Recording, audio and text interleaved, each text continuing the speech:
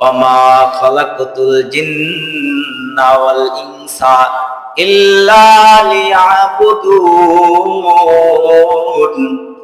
মানুষ এবং জিন জাতিকে আমি আল্লাহ তাআলা বানাইলাম, আমি আল্লাহ তাআলার ইবাদতের জন্য, উপাসনার জন্য, গোলামির জন্য।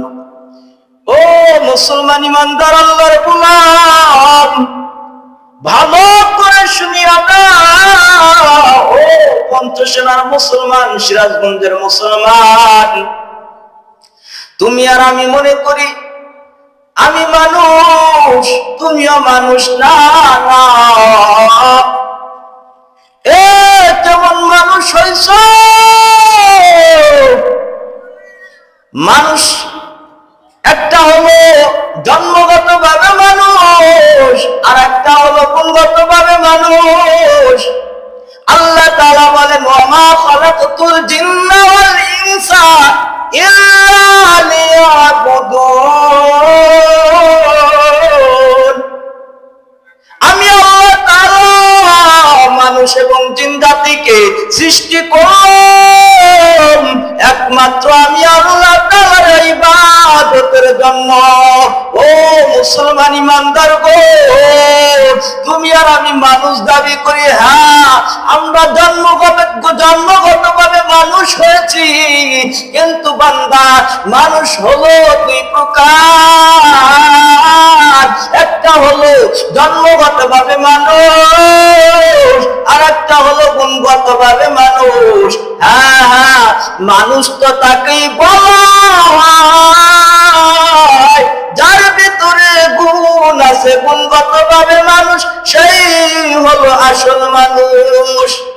ও মুমিন আল্লাহর গোলাম, তুমি আর আমি মানুষ দাবি করি রে ভাই।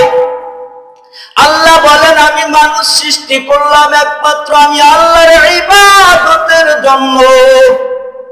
এ বান্দা, ফজরের নামাজ গেল, তুমি আর আমি ঘুম থেকে সজাগ হওয়ার চেষ্টা করি না, সজাগ হইলেও নামাজ আদায়ের চেষ্টা করি না। জহর গেল, জহরের নামাজ চলে গেল, নামাজ আদায় করলাম না রে বাঙালি। এ বান্দা, যদি আসলেই মানুষ হইতাও, আল্লাহর ইবাদতের জন্য আল্লাহ তাআলা সৃষ্টি করলেন, বানাইলেন।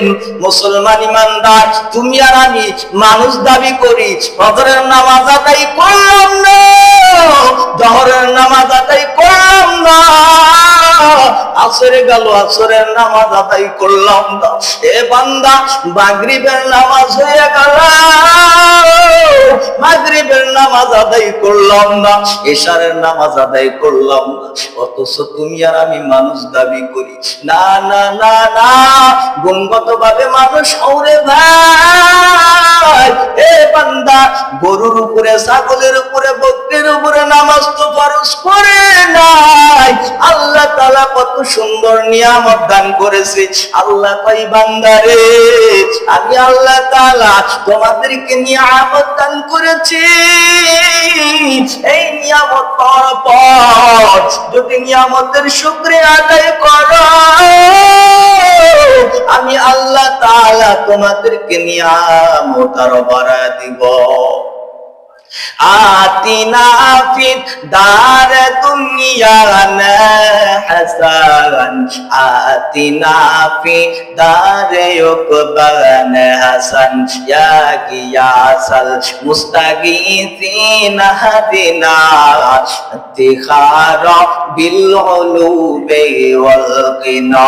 হক গরিদে নেকুতু তৈয়ার হয়, जो न मांगे उससे तू बेजार है।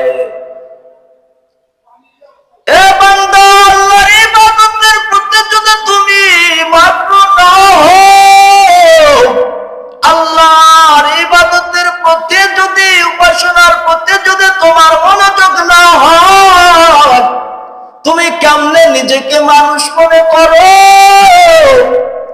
হাঁটতে পারো, খাইতে পারো, বান্দা ভালো করে মনে রাখবা, রেকর্ড করে নাও। কানের দিল দিয়ে শুনো, বান্দা অন্তরের দিল দিয়ে শুনো। এ বান্দা, গরু হাঁটতে পারে, খাইতে পারে, গরু কিন্তু বান্দা হিসাব নিকাশ করে খাই না, মানুষের অন্যায় করে। আমি এটার দ্বারা বলতে চাই, যেই সমস্ত মুসলমান দাবি করো যারা মানুষ হইয়া চুরি করো, তারা মানুষ না, তারা হলো অমানুষ। যারা মানুষ দাবি করো, হাত আছে পা আছে, এ বান্দা গুন্ডামি করো, তুমি আসলে মানুষ না, তুমি মূল কথা তুমি অমানুষ।